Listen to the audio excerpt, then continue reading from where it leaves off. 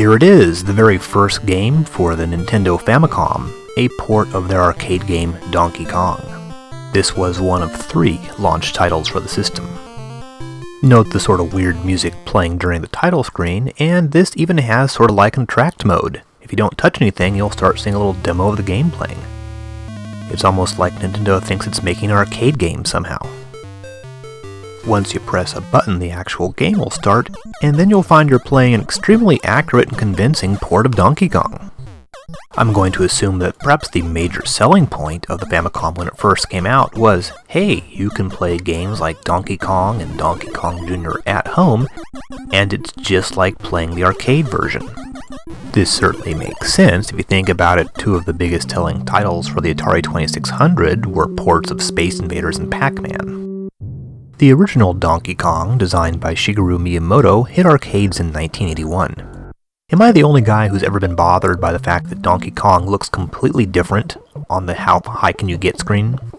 Well, doing a side-by-side comparison, here's the Famicom version again, you'll see just how close this thing was. There were, of course, a few compromises. For example, I assume to save space, the little sort of introductory sequence with Donkey Kong climbing the building has been cut. And an entire level, the so-called Pie Factory, has been removed as well. But still, this must have astonished gamers when they first saw it. As a point of comparison, let's take a look at some of the earlier home versions of Donkey Kong. Here, for example, is the old Atari 2600. Really not that old, it came out in 1982, but it's only a rough approximation of the actual Donkey Kong game. The ColecoVision Donkey Kong, by contrast, was a major selling point for the console. This was considered near miraculous in its fidelity to the arcade game, even though certainly there are some differences, like the fact that little barrels don't explode when you hit them with the hammer.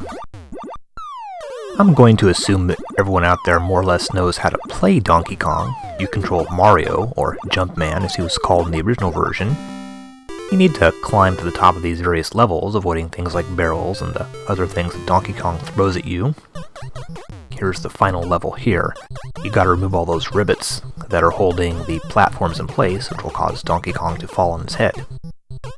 In terms of historical importance, Donkey Kong was the first platform game, the game that sort of brought Nintendo to America, the game that introduced both Donkey Kong and Mario.